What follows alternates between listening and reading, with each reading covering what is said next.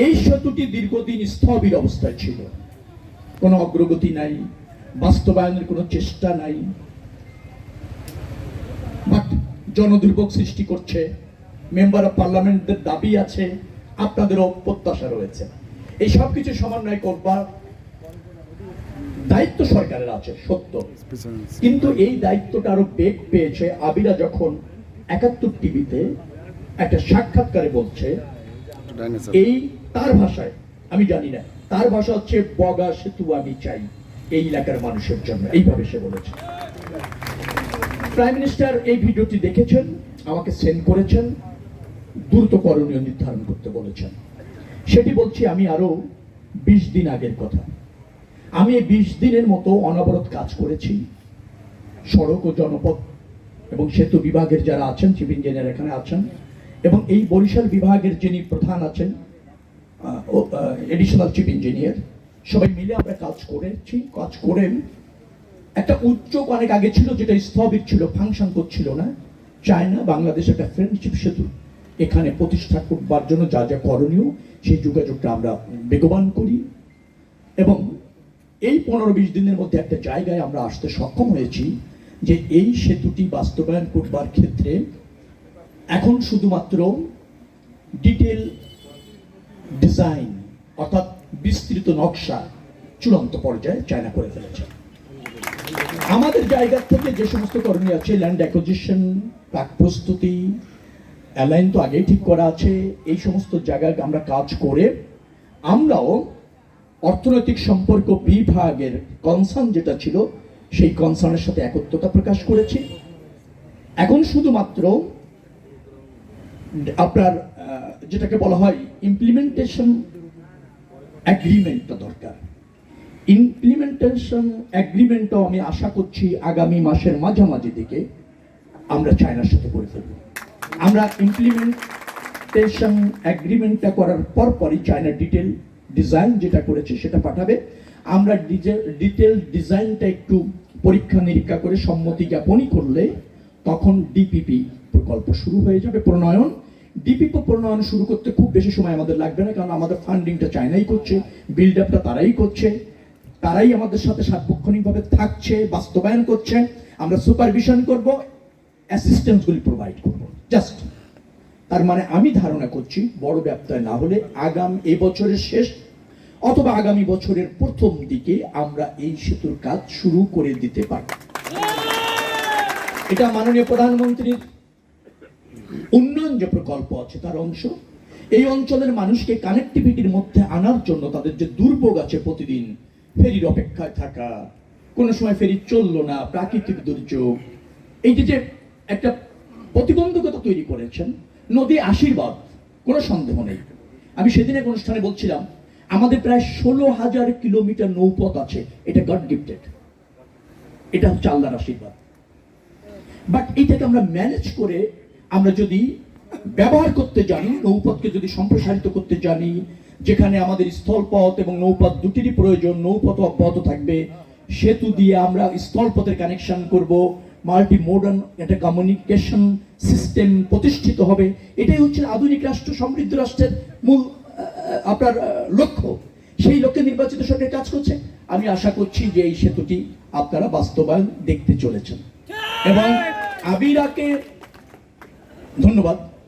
আবিরার এই innocent appeal খুব নির্মম বাবা, আমি ভিডিওটা কয়েকবার দেখেছি।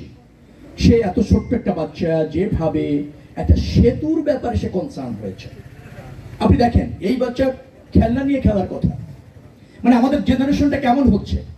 সে ডেভেলপমেন্ট নিয়ে ভাবছে, সে তার রাইট নিয়ে ভাবছে, সে বৈষম্যের বিরুদ্ধে লড়াই করছে, সে ডেভেলপমেন্ট চাচ্ছে। এই বাচ্চা, তার মানে আমাদের জেনারেশনটাকে ফাস্ট হচ্ছে। আমাদের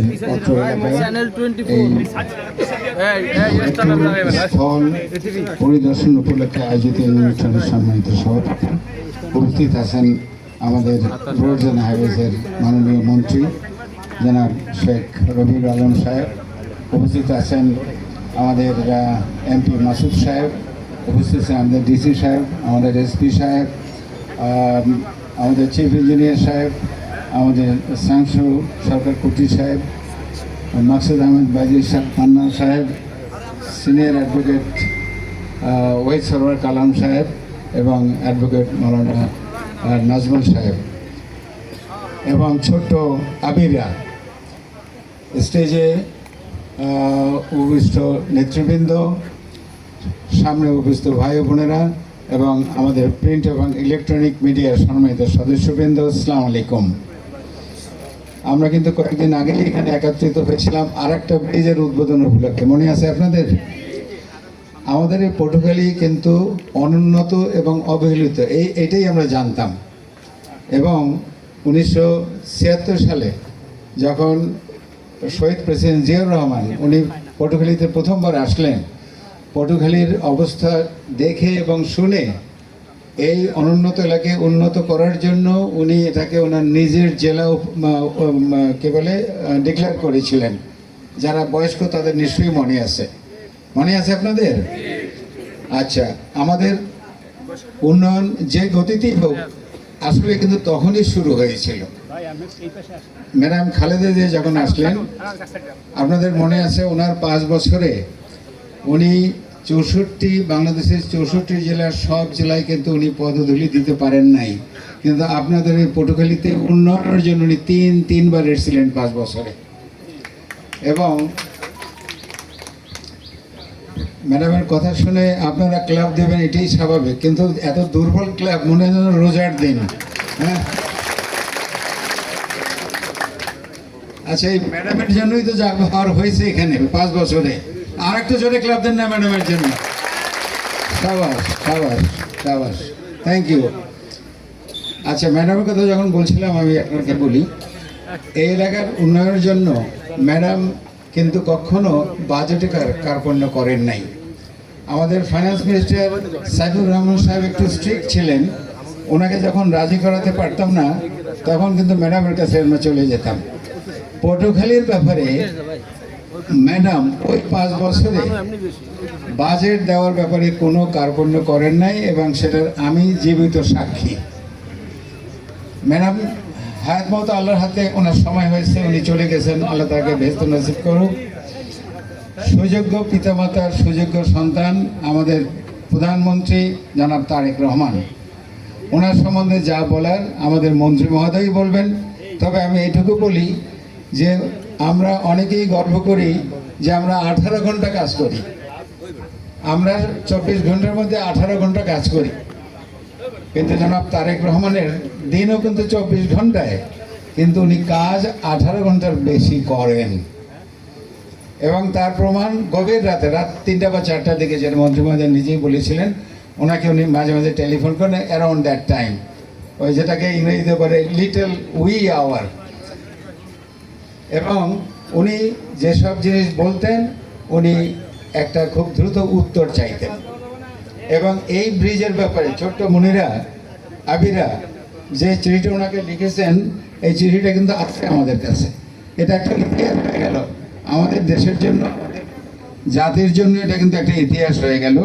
এই ছোট্ট মুনির এই ছোট্ট চিঠিতে উনি এত আপ্লুত হয়েছেন, আবেগ আপ্লুত হয়েছেন যে উনি মন্ত্রী মহোদয়কে ব্যক্তিগতভাবে টেলিফোন করে যা বলার তো বলেছেন এবং অনুরোধ করেছেন যে আপনি ইমিডিয়েটলি যত তাড়াতাড়ি সম্ভব আপনি গিয়ে জায়গাটা পরিদর্শন করে আসেন।